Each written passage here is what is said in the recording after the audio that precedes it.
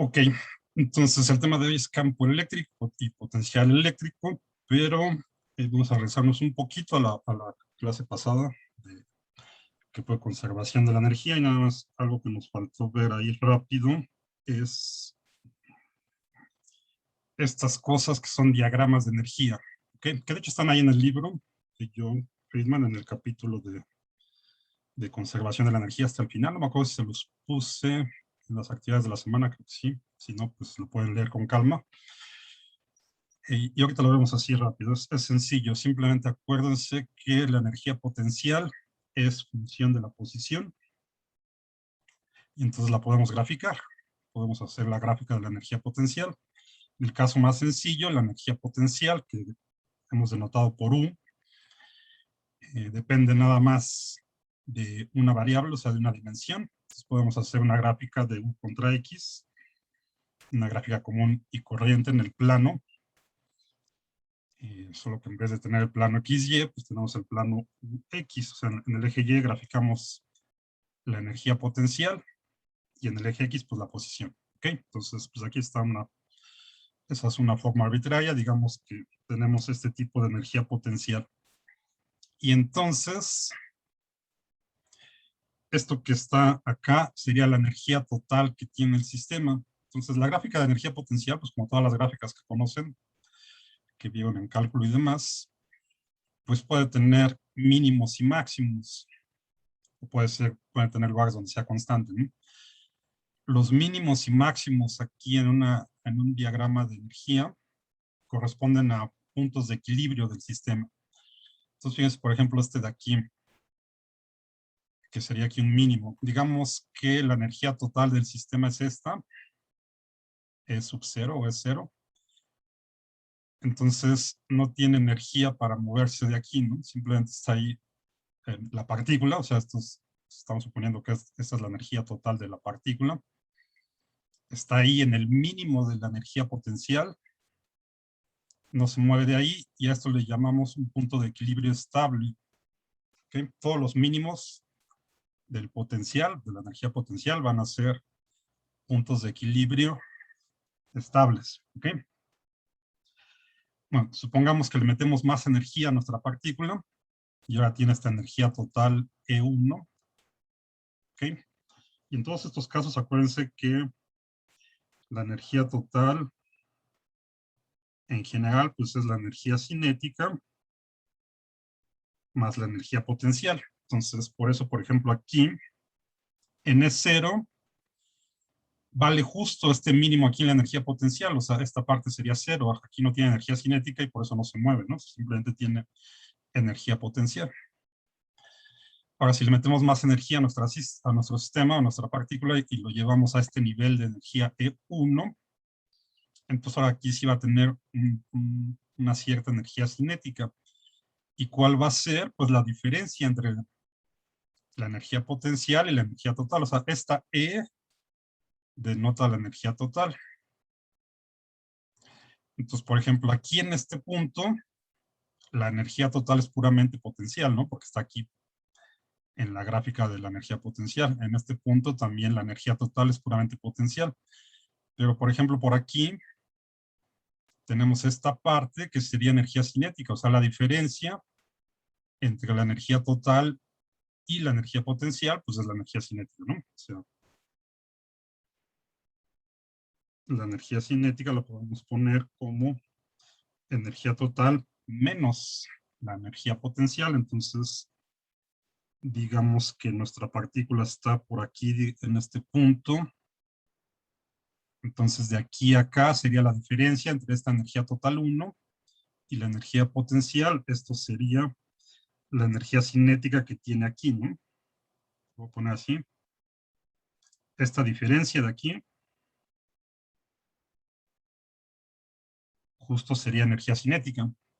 Y pueden ver de aquí del diagrama que la energía cinética va cambiando, ¿no? O sea, por ejemplo, aquí es cero, es puramente energía potencial, luego va aumentando la energía cinética. Aquí la energía cinética sería máxima en el punto donde el potencial es mínimo, y luego va disminuyendo otra vez, y acá se hace cero otra vez. Entonces, a esto, a toda esta parte, digamos, también se les conoce como pozos de potencial. En realidad son pozos de energía potencial, pero casi siempre nos ahorramos eso de la palabra energía y le llamamos simplemente potencial, ¿no? Ahorita vamos a ver una distinción de eso con la parte eléctrica. Eh, entonces, si nuestra partícula nada más tiene esta energía E1, no tiene energía suficiente para irse para acá, ¿no? No puede llegar, no puede remontar esta montañita de aquí. Está atrapada en este pozo de potencial y simplemente se está moviendo acá de un lado a otro, ¿no? Que de hecho esto podría ser como un tipo de movimiento que se conoce como oscilador armónico simple, o sea, simplemente va a estar rebotando acá entre las paredes del potencial, del pozo de potencial, y no puede pasar de ahí, ¿no? Entonces va cambiando su energía cinética, de acuerdo con estas alturas que tengamos aquí, pero sigue atrapada acá. Ya no está aquí en este punto de equilibrio, sino que está moviéndose aquí en este pozo de potencial. ¿Ok? Bueno, y así, pues, si le damos más energía a nuestra partícula, le metemos más energía, por ejemplo, hasta esta E2, entonces aquí ya tiene suficiente energía para pasar esta montañita, ¿no? Pero, por ejemplo, no le alcanza para subir esta otra de acá. Entonces ahora estaría moviéndose entre toda esta región, ¿no? Que ya no es exactamente un pozo de potencial, sería eh, como un pozo y una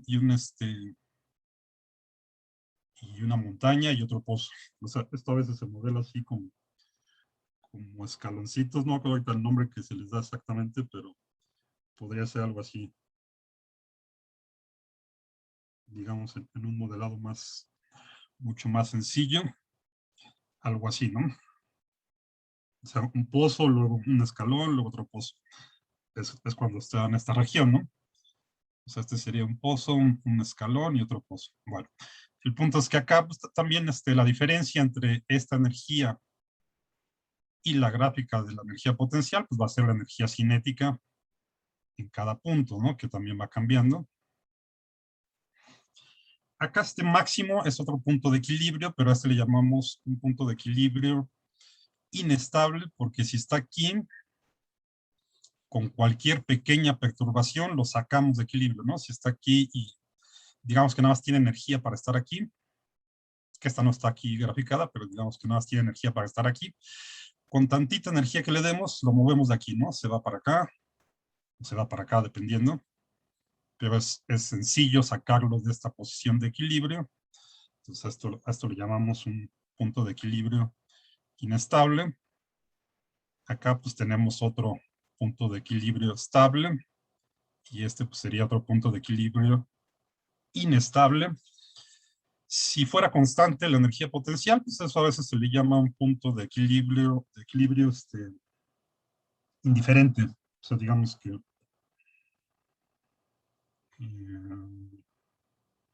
por acá tuviéramos una parte aquí donde el potencial fuera constante.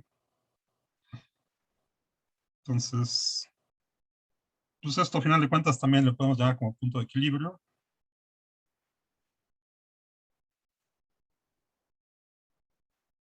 Que no es ni estable ni inestable porque es constante, entonces pues, se le dice indiferente. Diferente. Bueno. Y finalmente, si le metemos más energía al sistema, pues entonces ya tendría suficiente energía para pasar esta barrera. O sea, aquí esta energía de 3 sería justo la energía necesaria para pasar esta barrera. Y digamos que podría escapar de la energía potencial, ¿no? O sea, tendríamos una partícula libre que ya no está sujeta a un potencial. En términos de la fuerza, acuérdense que vimos que en todas estas fuerzas que tienen un potencial asociado, pues son fuerzas conservativas que siempre la podemos obtener como menos la derivada con respecto a la posición de la energía potencial. O sea, acá simplemente está graficada la fuerza. O sea, por ejemplo, acá a la izquierda de un punto de equilibrio estable. Entonces la derivada es negativa, porque aquí las pendientes son negativas. Y con el menos que aparece aquí, la fuerza es positiva. Entonces si está en esta región, pues la fuerza va hacia la derecha. Por eso si está en esta región, la partícula se mueve a la derecha, ¿no? Y si está a la derecha de un punto de equilibrio estable, entonces aquí las derivadas son positivas, porque la pendiente es positiva. Con este menos de aquí, la fuerza es negativa, entonces si está de este lado, la partícula se mueve hacia la izquierda, ¿no? La fuerza va hacia la izquierda, y por eso es que está acá oscilando de un lado a otro, ¿no?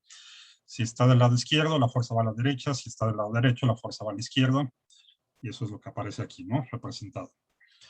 Y en los puntos de equilibrio inestables, pues es al revés, ¿no? A la izquierda, la derivada es positiva, aquí la pendiente es positiva. Con este menos, la fuerza es negativa. Entonces, si está aquí, la fuerza tiende a ir hacia la izquierda. Entonces, por eso es fácil sacarlo de aquí con una pequeña perturbación. Y acá a la derecha del punto de equilibrio inestable, la derivada es negativa porque la pendiente es negativa. Con este menos la fuerza es positiva, entonces va a la derecha. Entonces aquí la fuerza tiende a moverlo hacia acá, ¿no? Entonces aquí es muy fácil sacarlo de esta posición de equilibrio porque la fuerza pues, de este lado tantito para acá y actúa a la izquierda, tantito para acá y actúa a la derecha. Bueno, ok, entonces creo que esto es lo importante que tenían que saber de los diagramas de energía y que los van a retomar el siguiente trimestre en termodinámica, ¿no? También van a utilizar este tipo de diagramas de energía, ¿no? Ok, entonces ahora sí vámonos al tema específico de hoy, a ver si nos da tiempo de terminarlo, que es sobre el campo eléctrico y el potencial eléctrico. O sea, a final de cuentas vamos a seguir hablando de energía, pero ahora eléctrica. Eso es lo que quiere decir acá esto de potencial eléctrico, ¿no? Para llegar a esto, pues tenemos que ver primero rápido el campo eléctrico, no nos vamos a detener mucho ahí. Entonces vámonos con eso. Acuérdense de la fuerza de Coulomb entre dos cargas, que ya vimos, acá tenemos esta carga Q, aquí la representé más grande porque aquí vamos a suponer que esta carga eléctrica es la que produce el campo eléctrico. O sea, aquí en realidad tenemos dos cargas, esta Q mayúscula, grandota, y esta Q0, que la puse más chiquita, y vamos a tomar la condición de que esta Q0 sea mucho menor que la carga Q grandota, ¿ok? Que esta carga sea muy pequeña comparada con esto. ¿Y eso para qué? Bueno, en realidad todas las cargas producen campo eléctrico. Cualquier cosa que esté cargada pues va a producir un campo eléctrico. Quiero ver cuál es el campo eléctrico de esta carga, esta es la que me interesa. Y entonces necesito que esta carga sea pequeña para que el campo eléctrico que produce esta no afecte mucho el campo eléctrico que produce esta. Es decir, el campo eléctrico de esta carga pequeña la podemos despreciar. Y de hecho a esta le llamamos una carga de prueba, por eso el subíndice 0, ¿no? Eso no se los puse ahí en la presentación, pero ahorita se los ponemos aquí. Esta es una carga de prueba. Y quiere decir que no vamos a considerar su campo eléctrico. Para despreciar el campo eléctrico de esta carga de prueba, pues tomamos esta condición, que nuestra carga de prueba sea mucho menor que la carga a la que nos interesa encontrar el campo eléctrico, ¿no? Y por cierto, esto es campo eléctrico para cargas puntuales, ¿no? Bueno, ya sabemos que la fuerza de Coulomb, suponiendo que estas dos cargas están separadas a esta distancia R, pues tiene esta magnitud, ¿no? La constante esta eléctrica, el producto de las dos cargas en valor absoluto. Por cierto, ahorita estoy suponiendo que estas dos son positivas. Hay que ponérselo también ahí en algún lado. Esta carga Q mayúscula es positiva y la carga de prueba, por convención, siempre la tomamos positiva, ¿no? O sea, siempre vamos a suponer que nuestra carga de prueba va a ser positiva, ¿ok? Bueno, entonces aquí no es necesario ponerle valor absoluto. Entonces tenemos el producto de las cargas entre el cuadrado de la distancia que las separa, ¿no? Esta es la fuerza de Coulomb común y corriente que vimos hace un par de clases. Entonces, para definir el campo eléctrico, simplemente, y aquí me faltó ponerle, esta es la carga de prueba, aquí, esta es Q0 también, ¿no? Vamos a definir el campo eléctrico simplemente como la fuerza de Coulomb dividido entre nuestra carga de prueba, o sea, la carga de prueba no va a aparecer en el campo. Dividimos entre esto, fuerza de Coulomb entre la carga de prueba, y a eso le vamos a llamar el campo eléctrico, que lo denotamos por esta E mayúscula. Aquí no la confundan con la energía total, este es simplemente el campo eléctrico. Y es la pura magnitud, o sea, la fuerza, pues ya sabemos que es un vector, estamos dividiendo entre la carga que es un escalar, el campo eléctrico también es un vector, pero ahorita nada más nos interesa la pura magnitud, ¿ok? Entonces, es muy sencillo, dividimos entre nuestra carga de prueba, entonces la cancelamos de la expresión de la fuerza de Coulomb, y nos queda así, y esta expresión tan sencilla es la magnitud del campo eléctrico para una carga puntual, ¿ok? Entonces, pues ya no aparece nuestra carga de prueba, simplemente la carga que estamos considerando, multiplicada por la constante eléctrica, que siempre aparece ahí, y también va como R al cuadrado. O sea, una carga puntual positiva va a producir este campo eléctrico. ¿Y por qué es importante el concepto de campo eléctrico? Simplemente estamos pasando del concepto de fuerza a un concepto de campo para quitarnos esta idea de la interacción a distancia. Recuerden que estas son fuerzas que actúan a distancia. Entonces hay ahí unos pequeños problemas conceptuales con el hecho de que actúen a distancia y entonces son instantáneas y luego se meten en problemas con la relatividad especial, por ejemplo. O sea, si lo vemos aquí esto como una fuerza a distancia, una interacción a distancia, y de repente desaparecemos esta carga, entonces instantáneamente esta carga dejaría de sentir la fuerza, ¿no? ¿Ok?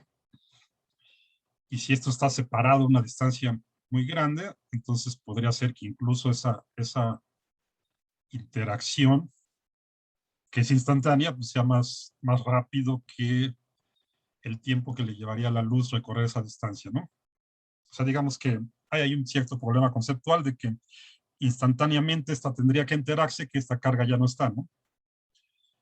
Lo cual pues no es, no es del todo correcto. Y entonces por eso introducimos este concepto de campo, ¿no? Y entonces en vez de pensar que tenemos acá una interacción a distancia, la manera de verlo es que esta carga produce un campo eléctrico que llena todo el espacio y entonces esta carga de prueba interactúa con el campo eléctrico, ¿no?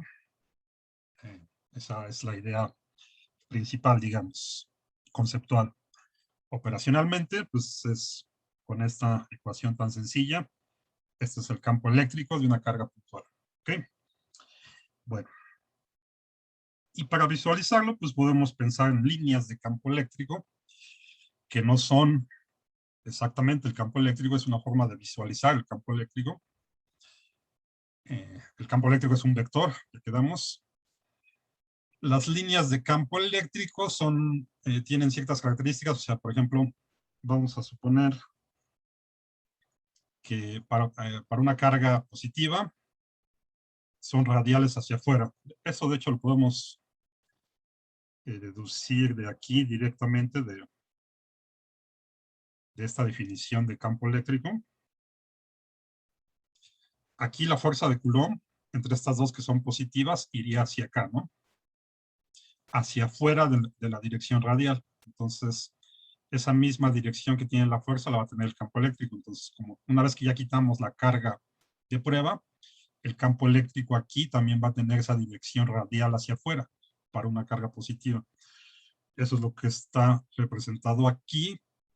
Simplemente hay que tener cuidado que en este caso, el campo eléctrico coincide con las líneas de campo eléctrico, ¿no? En general, el campo eléctrico es tangente a las líneas de campo, pero en el caso de una carga solita, una carga puntual positiva, entonces el campo eléctrico coincide con las líneas de campo, ¿no? Porque aquí, si dibujamos un vector tangente a las líneas de campo, pues va en la misma dirección, ¿no?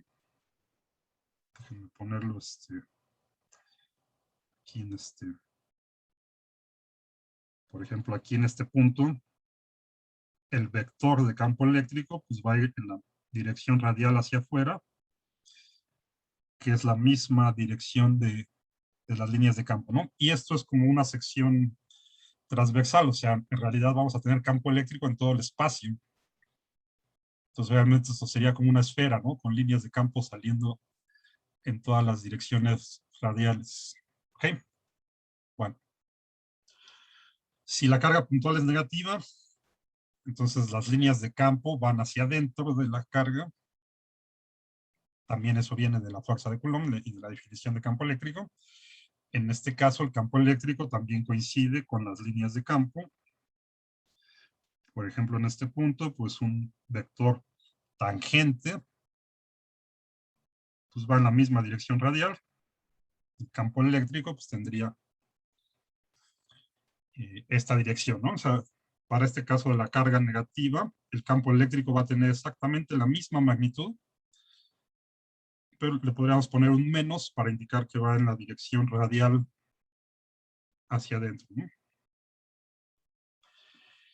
Y bueno, por ejemplo acá, entonces aquí tenemos un sistema de una carga negativa y una positiva, esto se conoce como un dipolo eléctrico, y por ejemplo, esto es una forma de visualizar el campo eléctrico así experimentalmente. Este punto aquí en realidad no es una carga puntual, sino es un alambre que lleva corriente, y aquí aquí hay filamentos de no me acuerdo de qué cosa, suspendidos en aceite, filamentos muy finos.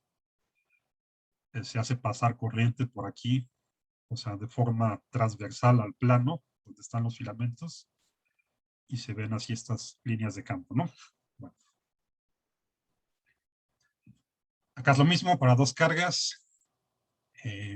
Experimentalmente, pues lo harían haciendo pasar corriente en una dirección acá y en otra dirección acá, ¿no? Bueno. Fíjense aquí, entonces, aquí se ve claramente que el campo eléctrico no es lo mismo que las líneas de campo. Para el caso de las cargas puntuales, pues sí coincide.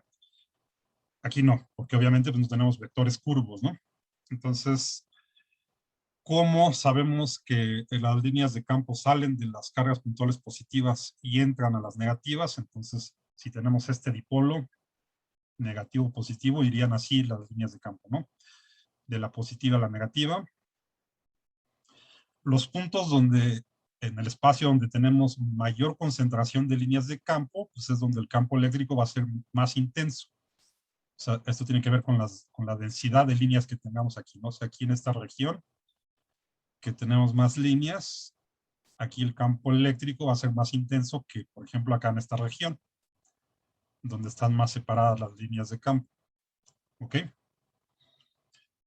En cualquier punto, pues dibujamos un vector tangente a las líneas de campo, como este que está aquí, y esta sería la dirección del campo eléctrico en este punto, que va de la carga positiva a la negativa. ¿Ok? Bueno. Y esto de acá, pues también es un arreglo de dos cargas. A este no se le llama dipolo porque son del mismo signo, ¿no? También se le podría llamar dipolo. Bueno, no porque es el mismo polo en los dos lados. Un dipolo es cuando tengan signos distintos, ¿no? Menos y más. Aquí, por ejemplo, tenemos dos cargas positivas. Entonces, sus líneas de campo van así, ¿no?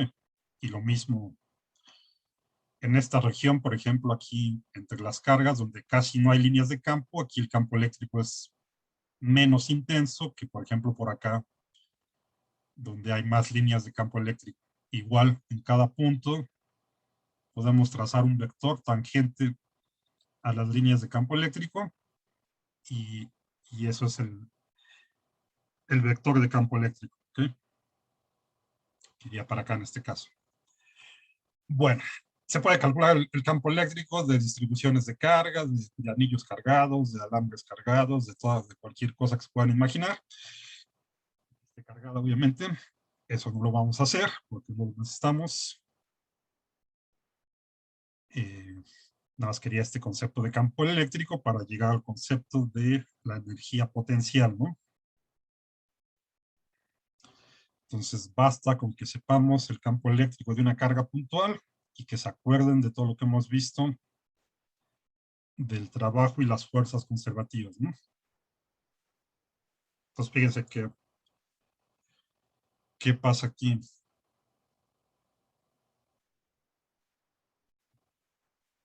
Tenemos esta carga positiva, que es la que produce el campo eléctrico. Ya acabamos de ver que su campo eléctrico va a ser radial. Pues aquí están pintados unos cuantos radios. Bueno, estas serían las líneas de campo, pero acuérdense que para este caso en específico, el campo eléctrico pues, tiene la misma dirección que las líneas de campo eléctrico, ¿no? Entonces, el campo eléctrico también iría en esta dirección radial. Vamos a calcular el trabajo para llevar nuestra carga de prueba Q0 de un punto inicial que llamamos aquí RA, esa sería esta distancia a la carga inicial, RA, a un punto RB final, que sería esta distancia a la carga, a través de una trayectoria arbitraria. ¿Ok? La fuerza de Coulomb es una fuerza conservativa, entonces ya sabemos que el trabajo no depende de la trayectoria, pero aquí está pintada una trayectoria arbitraria, ¿no? Lo que vamos a encontrar es que justo pues depende de la posición final y la posición inicial, ¿no? Pero supongamos que no sabemos que es una fuerza conservativa y entonces vamos a calcular el trabajo hecho por esta trayectoria en específico, ¿ok? Ahora aquí la fuerza pues depende de la posición, porque recuerden que la fuerza de Coulomb pues depende de la distancia, ¿no? Del radio, entonces pues no es una fuerza constante, mientras más nos alejemos de la carga, disminuye la magnitud de la fuerza, ¿no? Porque va como el inverso del cuadrado de la distancia, ¿no? Entonces acuérdense de la definición general de trabajo que teníamos como la integral. Y aquí en principio tendríamos que poner esto que les decía que es el producto punto de dos vectores.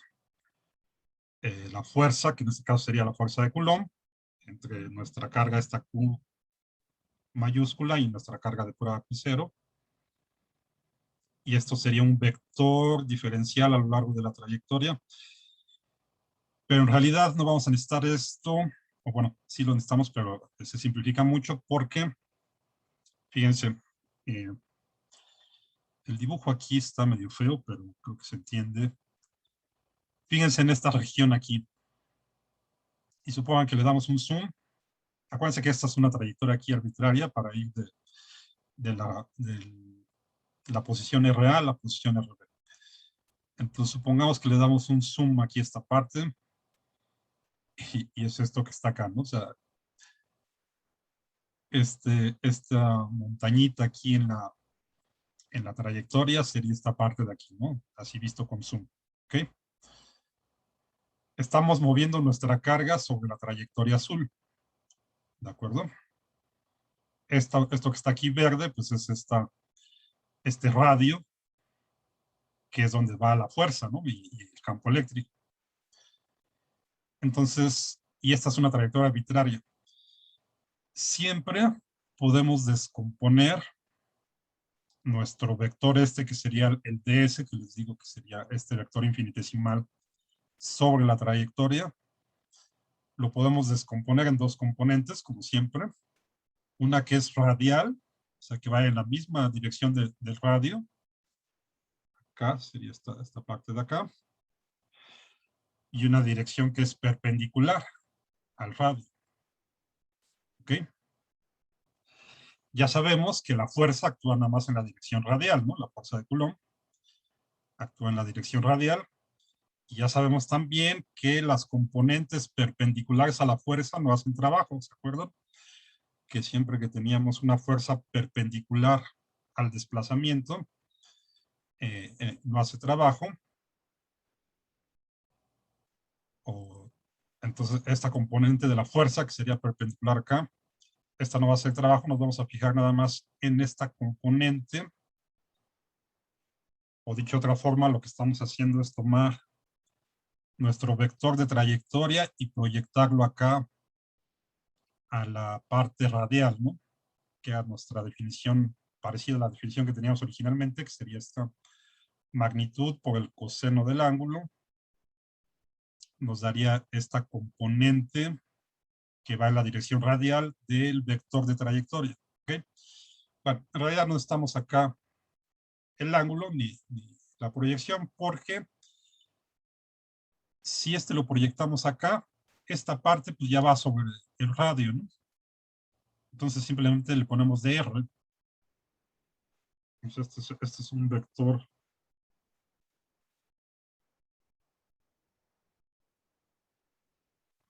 que va en la dirección radial, y este es un vector que va en la dirección perpendicular al radio. Entonces nuestro vector de trayectoria lo descomponemos en esta parte radial, en esta parte perpendicular. Esta parte de acá no contribuye al trabajo, nada más contribuye esta parte. Y entonces queda este producto punto, nos queda simplemente así, ¿no? Acuérdense que aquí nos va la magnitud de la fuerza, la magnitud de este vector y el coseno del ángulo entre ellos, pues ya. La fuerza va en esta misma dirección, ¿no? Entonces el ángulo entre ellos es 0.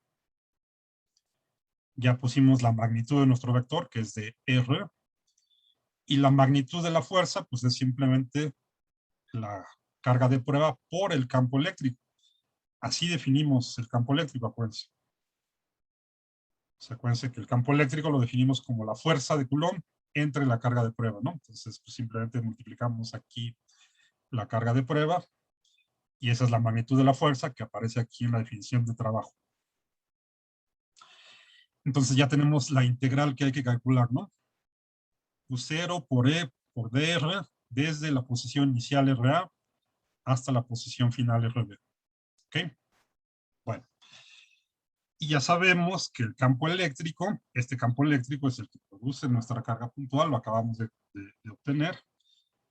Es simplemente la constante eléctrica por Q, la Q grandota, entre R cuadrado, ¿no?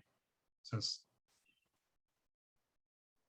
este que teníamos aquí, sustituimos el valor del campo eléctrico de la carga puntual, su magnitud, que de hecho esta es positiva. Esta es positiva.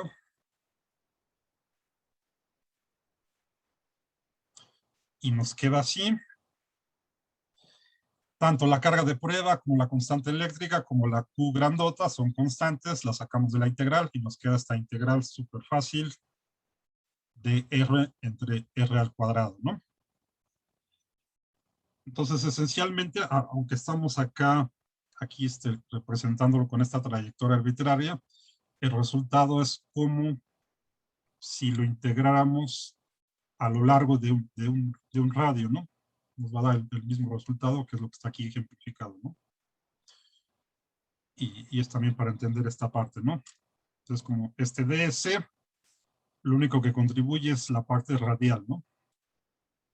Que es lo que les decía aquí. Bueno. Entonces, simplemente hay que hacer esta integral, que es muy sencilla, y con eso ya tenemos el trabajo para el caso de la fuerza eléctrica.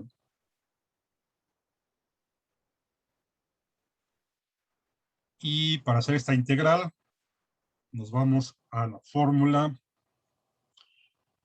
más sencilla para las integrales. Acuérdense esta de la integral de x a la n, que supongo que fue la primera que vieron, que aprendieron. Podemos utilizar esta, la misma que utilizamos la vez pasada. La integral de x a la n es igual a x a la n más 1 entre n más 1. Acá este es r cuadrado que está en el denominador, pues simplemente lo subimos y le ponemos un menos al exponente, nos queda la integral de r a la menos 2. Utilizamos nuestra formulita. N vale menos 2. Si le sumamos 1, pues nos queda menos 1. Entonces nos va a quedar r a la menos 1 entre menos 1. Que es esto mismo, ¿no? Más entre menos, pues nos queda menos. Entonces, estas son las constantes que teníamos afuera. Este es el resultado de la integral. Menos r a la menos 1 y hay que evaluarla de RA a RB, ¿no? Acá está. Entonces simplemente hacemos la evaluación, ¿no? El menos lo saqué, está aquí afuera.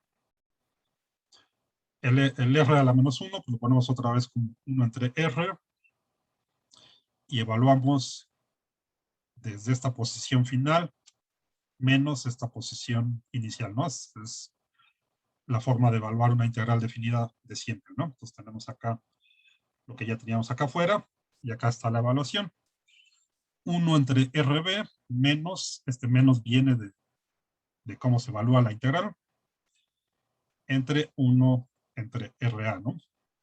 Digo, menos 1 entre RA.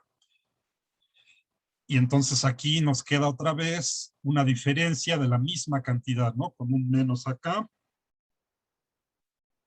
Es como si tuviéramos toda esta cantidad final, KQ0Q entre RB, menos toda esta cantidad inicial, ¿no? KQ0Q entre RA, con un menos adicional afuera. Entonces, esto lo podemos ver como la diferencia en la energía potencial con el menos que está acá, ¿no? Esto lo podemos poner como una menos delta U, porque justo esta es una diferencia de la misma cantidad. Y entonces aquí estamos demostrando que como el trabajo nos quedó menos la diferencia de una energía potencial, estamos demostrando que la fuerza eléctrica es conservativa, ¿no? Es otra forma de verlo. Entonces, con esto nos convencemos de que la fuerza de Coulomb es conservativa y además, entonces, encontramos la forma de la energía potencial eléctrica, ¿no? Va a tener justo esta forma. Como esta de aquí, o sea, ya le quitamos el subíndice y entonces, en general, la energía potencial eléctrica para una carga puntual otra vez va a ser K, Q0, que es la carga de prueba, Q, que es la carga que produce el campo, entre la distancia que la separa, ¿no? Entonces, fíjense, se parece mucho al campo eléctrico, pero hay dos diferencias importantes. La energía potencial ya no es un vector, acuérdense, esto es un escalar, y este va nada más como 1 entre R, ya no va como 1 entre R al cuadrado, ¿ok? Entonces son esas dos diferencias importantes. Bueno.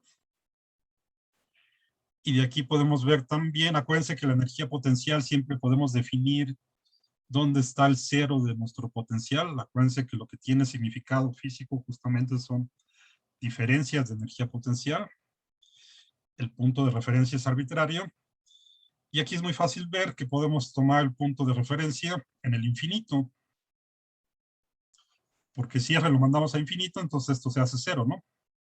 En el límite donde R tiende a infinito, esto tiende a cero. ¿Ok? Entonces digamos que muy lejos de la carga Q que produce el campo, la energía potencial pues, va a ser cero. Eso es lo que quiere decir esto, ¿no? Vamos a poner el cero de la energía potencial eléctrica muy lejos de las cargas que producen los campos. Esa es la idea, ¿ok? Entonces ya tenemos un nuevo tipo de energía potencial, ¿no? Teníamos los dos tipos de energía potencial mecánica, la gravitacional y la elástica de los resortes, y ahora tenemos este otro tipo, que es energía potencial eléctrica, ¿ok? Bueno. Como es energía, a final de cuentas, pues se mide en joules, como toda la energía. Y aquí es donde viene lo importante. En general, más que la energía potencial eléctrica, lo que se utiliza es la energía potencial eléctrica dividida entre la carga de prueba. O sea, nuevamente aquí eh, nuestra energía potencial la dividimos entre la carga de prueba y entonces vamos a tener energía por carga, más bien energía entre carga. Y a esa energía entre carga le llamamos simplemente potencial eléctrico, ¿ok? Entonces, esto a veces es medio confuso, es importante que lo tengan claro. la energía potencial eléctrica es así, tal cual, y es la misma, bueno, es análoga a las energías potenciales que ya vimos, ¿no? La gravitacional y la elástica. Si dividimos entre la carga de prueba o si tenemos energía potencial eléctrica entre carga, ya simplemente le llamamos potencial eléctrico. Y de hecho, en el lenguaje común y cotidiano, esto es lo que seguramente han escuchado este término antes. A esto es a lo que le llamamos el voltaje, que de hecho son diferencias de potencial eléctrico, ¿no? Pero de una vez se los pongo aquí para que tengan otra forma de diferenciarlo de este, ¿no? De aquí viene el voltaje común y corriente, ¿no? Entonces, a esta forma, energía potencial eléctrica entre carga, es lo que le vamos a llamar el potencial eléctrico y lo vamos a anotar con esta V de voltaje, para que se acuerden. Y pues aquí teníamos la expresión para la energía potencial eléctrica de una carga puntual. Si dividimos entre la carga de prueba, pues nos queda nada más la constante por la carga que produce el campo entre la distancia, ¿no? Y nuevamente lo que tiene significado físico son diferencias de energía, diferencias de potencial eléctrico, igual que acá, pues acá tendríamos diferencias de energía potencial eléctrica, pues también heredamos esa propiedad, ¿no?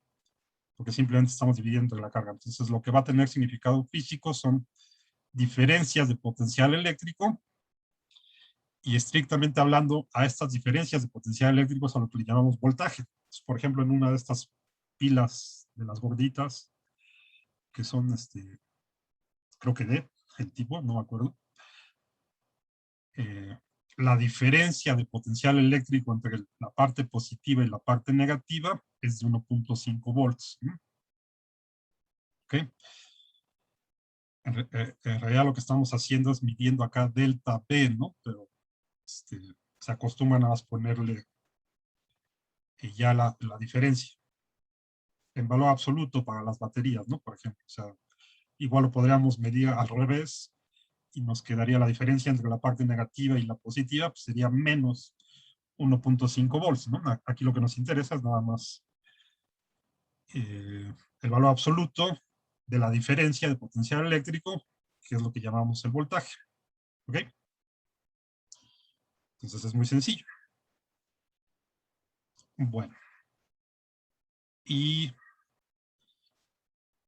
el voltaje, o sea, este potencial eléctrico, entonces las unidades, pues son unidades de energía entre unidades de carga, o sea, joules entre coulomb, y eso en el sistema internacional es lo que llamamos un volt, que también se representa con la letra V. Entonces, no confundan acá, esta es la unidad y este es el potencial, ¿no? Casi siempre en el contexto pues, se puede saber de qué estamos hablando, ¿no? Entonces, un volt es igual a un joule entre un coulomb, ¿ok? Es la unidad de potencial eléctrico en el sistema internacional. Bueno, otra unidad, una vez que ya sabemos lo que es un volt, otra unidad muy útil de energía potencial es el electronvolt. ¿Ok? Y justo de nuestra definición de potencial eléctrico, pues aquí vemos que la energía también la podemos ver como potencial eléctrico por carga, ¿no? Pasamos ahora multiplicando la carga acá y tendríamos potencial eléctrico por carga, o lo que es lo mismo, volts por coulomb. ¿Ok? Eso también nos da unidades de energía. O sea, sería igual a joules. Un joule también lo podemos ver como un volt por un coulomb. Pero en particular, si esta carga que multiplicamos aquí a los volts es la carga fundamental, acuérdense, la E, la magnitud de la carga del electrón. Entonces, la carga del electrón multiplicada por un volt, que es esto que está aquí, es lo que llamamos un electronvolt. Y esto pues tiene unidades de energía. Entonces, acuérdense que la E pues tiene este valor de 1.6 por 10 a la menos 19 coulombs. multiplicada por un volt, esto nos va a dar 1.6 por 10 a la menos 19 joules. Entonces tenemos esta equivalencia entre electronvolts y joules. Bueno, simplemente no confundan esto con los volts. Esta es una unidad de energía, o sea, de energía potencial eléctrica completa, ¿no? Y esta de acá es simplemente el potencial eléctrico, cuando ya dividimos entre la carga, ¿ok? O sea, un volt es energía entre carga, ¿no? Que no es exactamente lo mismo que energía. Esto de aquí sí es energía. Pero es muy útil en la mayoría de las aplicaciones atómicas y moleculares, que son las que les interesan. Muchas veces la energía está dada en electronvolts en vez de joules, ¿no? Porque los joules pues, resulta a veces ser cantidades muy chicas, entonces es más útil, muy grandes, es más útil utilizar estas unidades de electronvolts, ¿ok? Bueno, entonces acuérdense de este factor de conversión entre electronvolts y joules. Sí, Diego, dime, ¿qué pasó? Mencionó, bueno, ¿podrías repetir a qué se refería más bien? ¿El volt es una unidad de qué? Es que no alcancé a escuchar. El volt es unidad de potencial eléctrico, que es lo que conocemos como voltaje, ¿no? ¿Ok? Entonces, acuérdate nada más que potencial eléctrico va asociado con voltaje. En realidad son diferencias de potencial eléctrico, son voltajes, ¿no? Y eso es lo que medimos con volts. Y en términos de las unidades del sistema internacional, pues es joules entre coulomb, porque es nuestra definición del potencial eléctrico, ¿no? Energía potencial eléctrica entre la carga, eso es lo que llamamos volt, ¿ok? Y si al volt lo multiplicamos por la carga fundamental, eso nos da unidades de electronvolts, pero estas, ya combinadas, son unidades de energía, o sea, estos son equivalentes a joules, ¿no? Esta es la equivalencia entre electronvolts y joules, ¿ok? Entonces, el volt es unidad de potencial, los electronvolts son unidades de energía potencial, ¿sí? Simplemente tengan en cuenta esa diferencia, ¿de acuerdo? Ok, bueno, entonces, si ya les quedó claro esa parte. Y para calcular ya sea la energía potencial o el potencial de un sistema de cargas, por ejemplo, si tenemos varias cargas puntuales, pues simplemente calculamos el potencial que produce cada una y lo sumamos aritméticamente, ¿no? Acuérdense que esta pues ya es un escalar y este también es un escalar. Entonces, por ejemplo, aquí tenemos 3 cargas puntuales y queremos saber cuál es la energía potencial eléctrica en este punto. Podemos poner una carga de prueba o ya incluso olvidarnos de la carga de prueba, dependiendo si queremos la energía potencial o si nada más queremos el potencial. Ponemos aquí nuestra carga de prueba y vemos cuál es la distancia a cada una de las cargas. Para cada una de las cargas, pues vamos a tener una expresión de este tipo. Si queremos energía potencial, o de este tipo, si queremos potencial eléctrico. Lo calculamos para cada uno, la sumamos con los signos que tengan aritméticamente, y eso nos va a dar la energía potencial en este punto o el potencial eléctrico en este punto. ¿Ok? Bueno. Entonces, esto era lo importante que quería ver hoy. Vamos a ver nada más un par de ejemplos y terminamos, ¿no? De cómo se utiliza. Bueno, de hecho, creo que son 3 ejemplos. Bueno, pues son fáciles. Ahorita los vemos rápido. En 5 minutos cada uno o menos. Fíjense. Este primero dice, ¿cuánto trabajo se necesita para ensamblar un núcleo atómico con 3 protones, que podría ser como el litio? Si lo modelamos como un triángulo equilátero que tenga un protón en cada vértice, ¿no? Entonces vamos a suponer que este es un núcleo de litio con esta forma de triángulo equilátero. Lo único que tendríamos que saber aquí es el lado del triángulo. Aquí se los puse. es 2 por 10 a la menos 15 metros. ¿Ok? Como cada uno de estos es un protón, pues su carga es la fundamental, positiva, 1.6 por 10 a la menos 19 coulombs. Ya tenemos la carga y ya tenemos la distancia, ¿no? Queremos el trabajo. Entonces, como queremos el trabajo, lo que necesitamos es la energía potencial, ¿no? Aquí no necesitamos el potencial eléctrico, sino más bien necesitamos la diferencia de energía potencial. ¿Ok? Bueno. Vamos a suponer que las cargas las traemos desde el infinito, las traemos desde muy lejos, y ya sabemos que en el infinito la energía potencial es cero. Entonces supongan que al principio no tenemos nada, está el espacio vacío. A ver, piensen en esta pregunta. Si no tenemos nada aquí, ¿cuánta energía nos costaría traer un protón desde muy lejos y ponerlo aquí?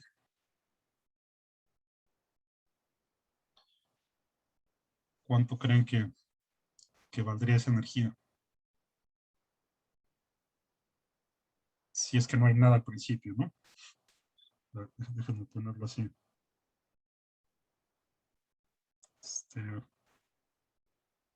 Me cambié nada más para ponerlo en otro lado. O sea, estamos en el espacio vacío.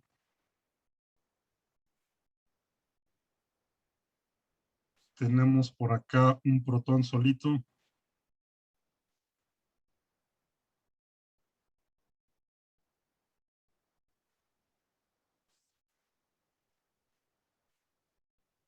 ¿Y cuánto nos costaría llevarlo desde este lugar que está muy lejos hasta acá?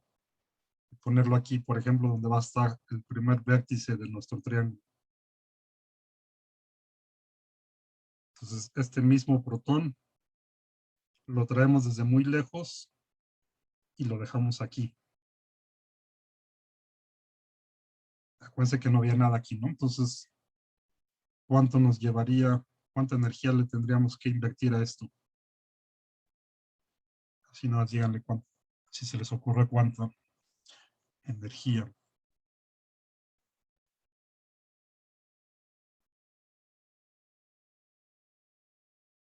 ¿No? No se le ocurre a nadie. Bueno, pues la respuesta es súper sencilla, ¿no? No tienen que pensarlo mucho. Un cero completo, ¿no? ¿Por qué? Porque originalmente no hay nada, ¿no? Tenemos el espacio vacío, entonces no hay nada que produzca un campo eléctrico. No nos cuesta trabajo mover esta carga, eh, porque no hay nada aquí que se oponga o que la traiga, digamos, ¿no? O sea, no hay otra carga que la repela o que la traiga, está el espacio vacío. Simplemente movemos nuestra carga y ya. ¿Ok? En cuanto a fuerzas eléctricas, ¿no? Podría haber fuerzas mecánicas, pero ahorita las estamos ignorando, nada más estamos suponiendo el trabajo en cuanto a fuerzas eléctricas, ¿no? Si aquí no hay ninguna carga, pues no nos cuesta ningún trabajo mover esta carga, ¿no? Simplemente la movemos y la ponemos ahí, porque, pues, como les digo, no hay ninguna otra carga que la traiga o la repela. ¿Ok? ¿Se entiende esa parte? Porque es importante. Sí. Ok. Entonces, originalmente, el primer protón lo dejamos aquí y no nos cuesta nada de trabajo, ¿no? Este ya lo dejamos aquí fijo en el espacio y traemos un segundo protón desde muy lejos y ahora lo ponemos aquí. Ahora sí nos va a costar trabajo porque ya hay una carga ahí presente, ¿no? Es decir, podemos tomar este de acá como nuestra carga de prueba. Entonces este va a ser Q0 y este de acá va a ser la carga que ya estaba ahí presente, está con mayúscula, que produce un campo eléctrico y entonces pues sí nos va a llevar, nos va a costar trabajo poner este aquí, ¿no? ¿Cuánta energía? ¿Cuánta diferencia de energía? Pues justo la de una carga puntual, ¿no? O sea, ponemos esto. que era nuestra expresión para una carga puntual. Aquí resulta que estas dos cargas son iguales. La carga de prueba y estas son iguales. Las dos valen E, entonces esto nos queda simplemente E cuadrada, ¿no? Y las dos son positivas, entonces nos queda así. Y la distancia que la separa, pues es el lado del triángulo que quedamos que es este L. Entonces ya está. Esta es la energía que tendríamos que meterle, ¿no? Para traerla desde el infinito, porque en el infinito la energía es cero, ¿no? Entonces la diferencia de energía, digamos, sería esta energía final menos la energía inicial, que es cero. Entonces ya tenemos aquí la diferencia de energía, ¿no? Lo estoy poniendo nada más así como U, pero esta diferencia de energía pues ya sería el trabajo, ¿no? Y con esta ya tendríamos estas dos cargas, ¿de acuerdo?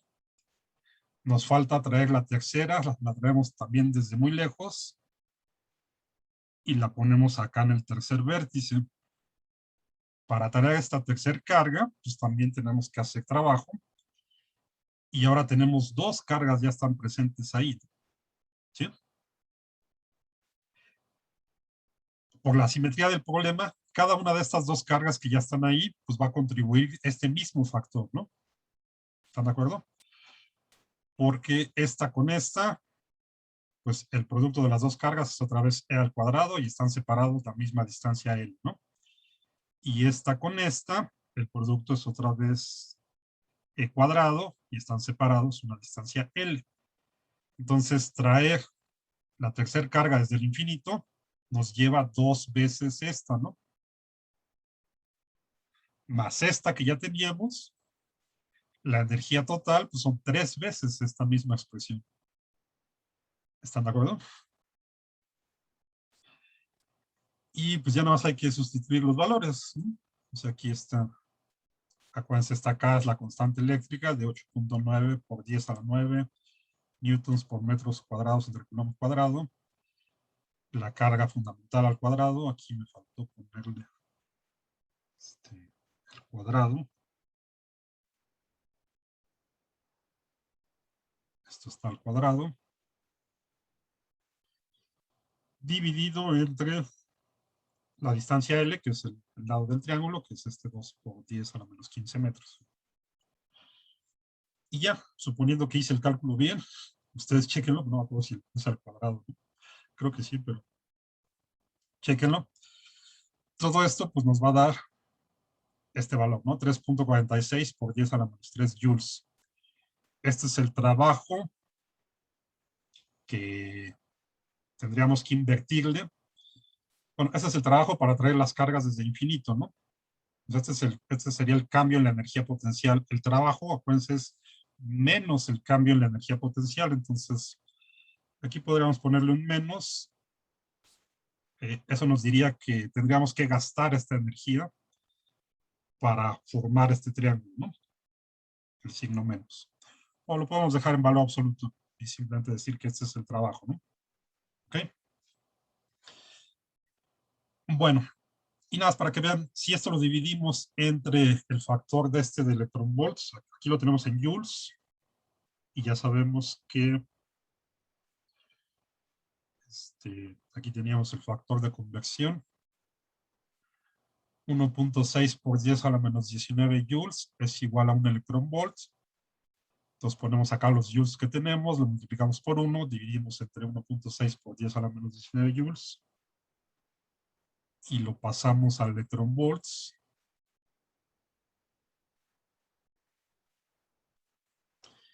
Entonces, en electronvolts, pues esto nos queda 2.162.500 electronvolts.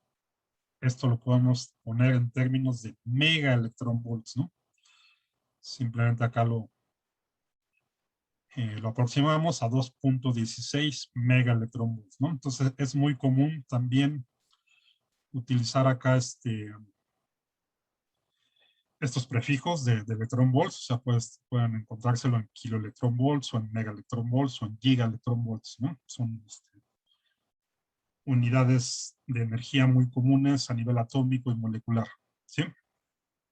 Bueno, esto era nada más para que vean cómo se ve en electronvolts, entonces podríamos decir que necesitamos gastar 2.16 megaelectronvolts de energía para formar esta configuración. Ese es el resultado, ¿de acuerdo? Bueno. Otro ejemplo. Lo mismo podemos hacer para las moléculas de ADN. ¿Se acuerdan que ya habíamos visto, ya habíamos calculado la fuerza eléctrica entre un par base? Hicimos uno en clase y ustedes hicieron el otro de tarea, ¿no? Entonces, así como calculamos la fuerza eléctrica, aproximándolo nada más aquí a los puentes de hidrógeno, también podemos calcular la energía potencial eléctrica que se necesitaría aquí para ensamblar un par base de timina-adenina, ¿no? Una T. Y es sencillo, igual de sencillo que para la fuerza o incluso más. Simplemente utilizamos nuestra expresión de energía potencial eléctrica.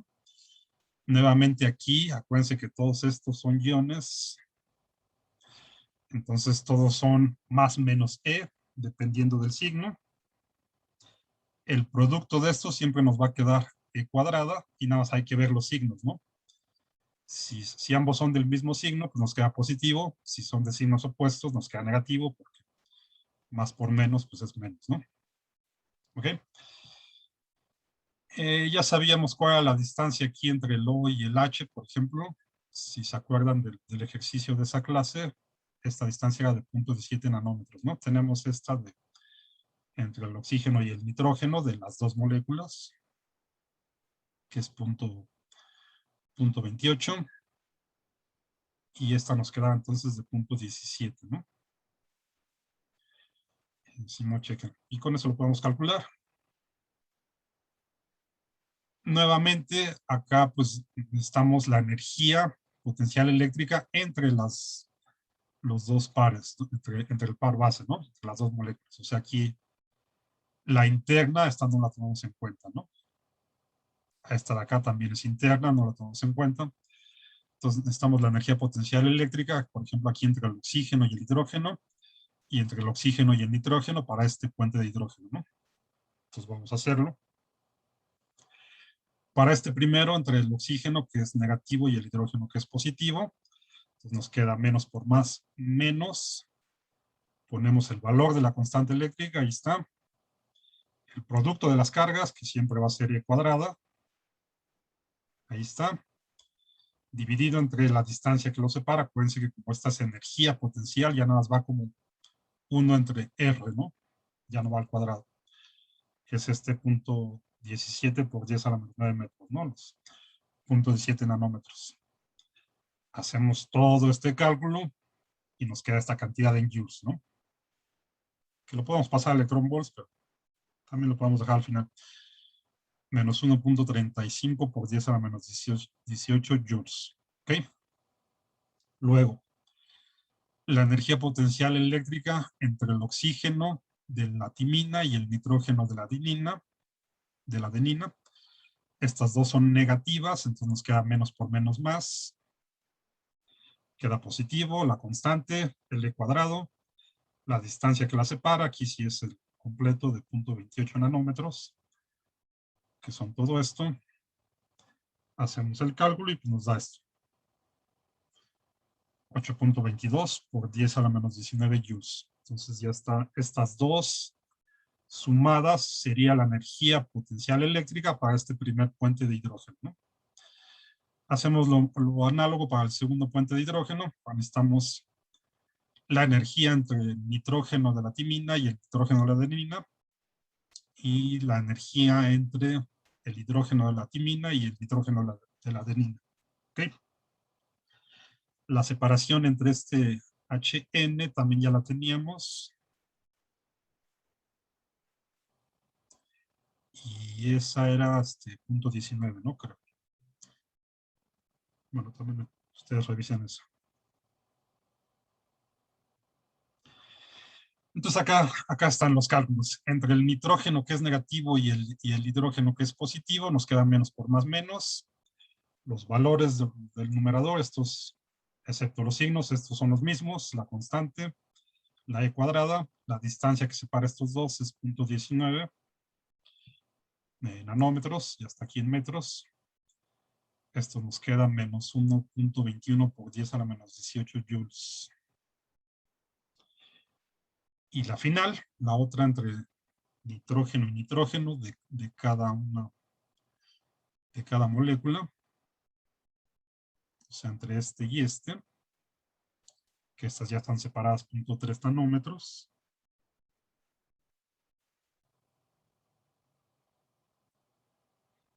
Ambos son negativos, menos por menos más, queda positivo.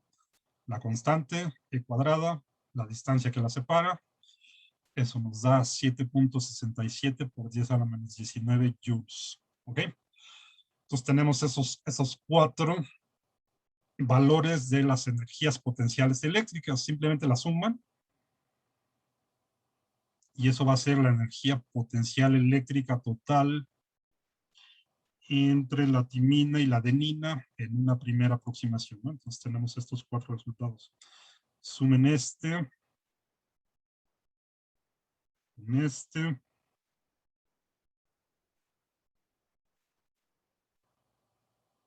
con este, y con este, no, con este, perdón, y nos da, si todo está bien, la energía potencial eléctrica total es menos 9.71 por 10 a la menos 19 joules. ¿Ok? Si quisiéramos el potencial eléctrico, simplemente dividen este resultado entre E, entre 1.6 por 10 a la menos 19 coulombs, y nos quedaría el potencial eléctrico en volts. ¿Sí? Aquí lo tenemos en energía, ¿no? O sea, esta es la energía potencial eléctrica. Nos quedó negativa. Casi siempre las energías de enlace van a ser negativas. O sea, a esto también se les conoce como energías de ligadura. Eso quiere decir que si quisiéramos romper el enlace del AT, de la adenina y timina, si quisiéramos romperlo, tendríamos que meterle 9.7 por 10 a la menos 19 joules de energía, ¿no? Es lo que quiere decir esto. Por eso está aquí negativo, ¿ok? Y bueno, pueden hacer el cálculo análogo para el otro par de guanina citosina. No me acuerdo si se puse en la tarea, creo que sí. Ahí chequenlo ustedes. ¿Ok? En Ubiqua tienen otro ejemplo del potencial de Lennard-Jones, también para la energía de separación de una molécula diatómica. Es un ejemplo ahí resuelto que se los puse, estudienlo. Ese también es importante. Supongo que alguna vez lo van a ver en química, si es que no lo han visto ya, pero estudienlo, ¿no? Es de cuál es la energía para separar una molécula diatómica, ¿no? Bueno. Finalmente, vamos a hacer otro ejemplo y ya acabamos así.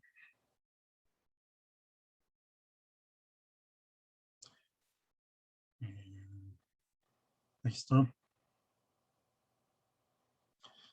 Tenemos aquí esta configuración de cargas con estos valores.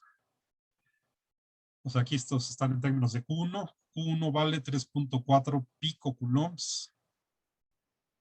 Y estos están, estas están en términos de Q2. Q2 vale 6 picocoulombs. Y las ponemos así en este arreglo bonito que forma este rectángulo, ¿no? Donde la parte larga del rectángulo vale 2A y la parte corta del rectángulo vale A. ¿Okay? Obviamente para ensamblar este sistema pues hay que invertir la energía. Lo podemos calcular así como lo hicimos para el triángulo. Eso no importa ahorita. Supongamos que ya tenemos nuestro arreglo aquí ensamblado en el espacio. Y ahora queremos saber cuál sería eh, el potencial. Aquí vamos a calcular nada más el potencial eléctrico, no la energía, el puro potencial, en el centro del rectángulo. ¿Ok? Vamos a calcular aquí el potencial en el centro del rectángulo. Entonces, ¿qué hacemos? Pues hay que calcular la contribución de cada una de las cargas, ¿no? ¿Sí?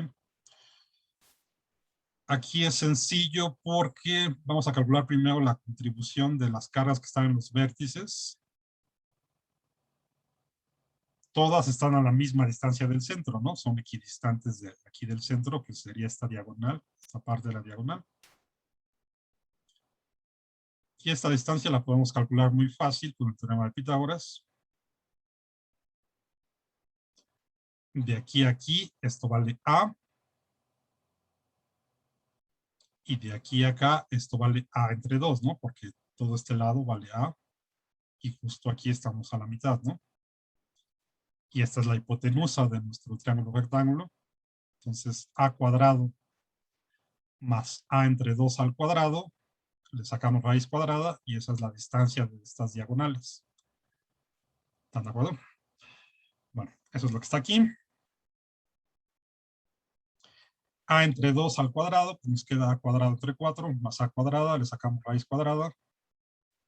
Aquí entonces esto es un cuarto de A cuadrado más un entero de A cuadrada, pues nos queda 5 cuartos de A cuadrada.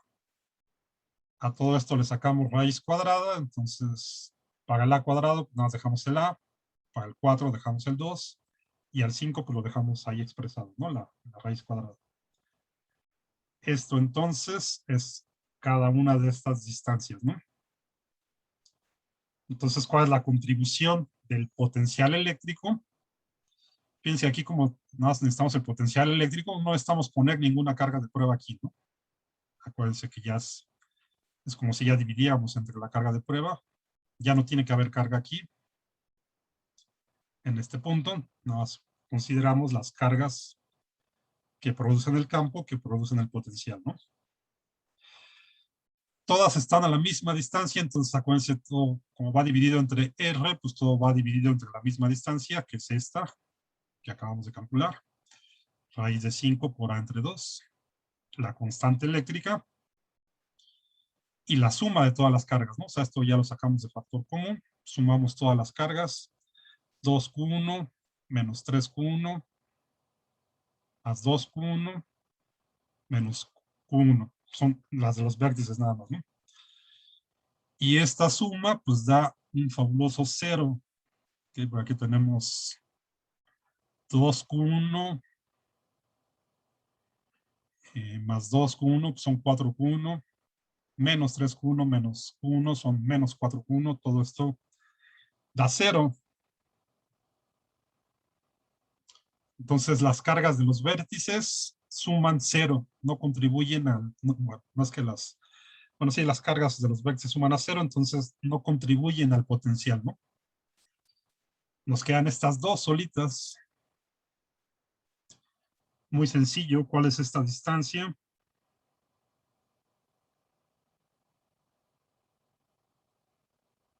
Pues es A entre 2, ¿no? Y esta es la misma distancia de aquí a aquí que de aquí a acá. Y estas cargas son las mismas, 4Q2, 4Q2. Entonces ponemos el potencial, va a ser nada más el debido a estas dos cargas que están aquí a la mitad de los lados largos. La constante, el valor de la carga, dividido entre la distancia que lo separa aquí del punto donde estamos, ¿no? Sumado esto dos veces, porque es exactamente la misma, lo sumamos dos veces. Este que está acá abajo de A entre 2, pues lo volteamos, entonces nos va a quedar un 2 arriba por el 2 de que sumamos este, nos queda 4, por el 4 que ya está aquí, nos queda 16, ¿no? Entonces, al final de cuentas, este es el potencial, ¿no? K por 16, Q2 entre A. Simplemente sustituimos los valores, la constante eléctrica, Q2, quedamos que son 6 picocoulombs. Entonces lo ponemos como 6 por 10 a la menos 12 coulombs. Y el valor de A, pues lo calculamos, ¿no? No, el valor de A aquí está dado ya. No se los había puesto, 39 centímetros, ¿no? Entonces ponemos 0.39 metros. Hacemos este cálculo y nos queda 2.21 volts, ¿ok? Acuérdense que aquí estamos calculando el potencial, no la energía, ¿no? Entonces, esto nos queda en volts. Y ya está. Listo. Terminamos. ¿De acuerdo? Bueno, entonces, así, este es el último ejemplo que tenía. Entonces, pues vamos a detenerlo aquí. Y ahorita vemos si tienen dudas.